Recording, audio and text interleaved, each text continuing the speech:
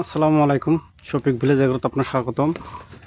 তো অবশ্যই আপনার স্ক্রিনে দেখতে পাচ্ছেন কলা, আর কলার পাতা দেখেন হলুদ বা পোড়া পোড়া ভাব হয়ে গেছে না, ওই যে দেখতে পাচ্ছেন। এটা হচ্ছে কি কারণ হয়েছে? প্রথম কথা হচ্ছে, আমাদের এমনি প্রায় 1 মাস ধরে বর্ষা, মানে যে একটু রোদ হবে সেটা মাটি পর্যন্ত শুকাচ্ছে না, এই যে শুধু আপনার হচ্ছে রোদই হচ্ছে না।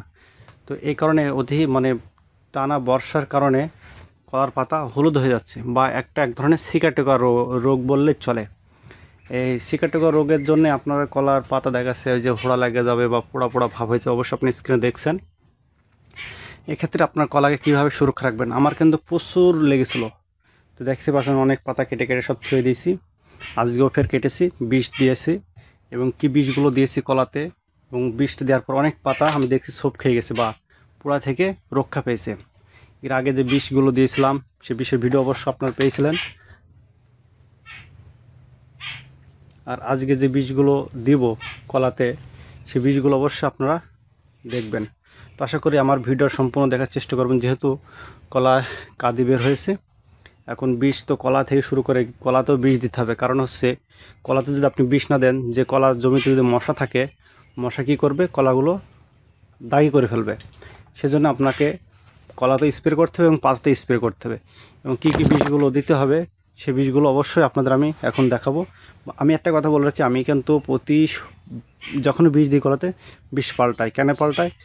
বিষ এক ধারে দিলে তাহলে দেখা যাচ্ছে কলাতে আপনার পাতাতে কাজ করবে কম, কারণ হচ্ছে ওদের রোগ, আপনার যে রোগগুলো আছে রোগগুলোতে আরও বৃদ্ধি পাবে, মানে কাজ করবে কম।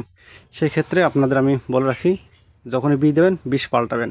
তো এখন আপনাদের আমি যে বীজগুলো দিব আমার কলাতে, সেই বীজগুলো আপনাদের দেখাবো।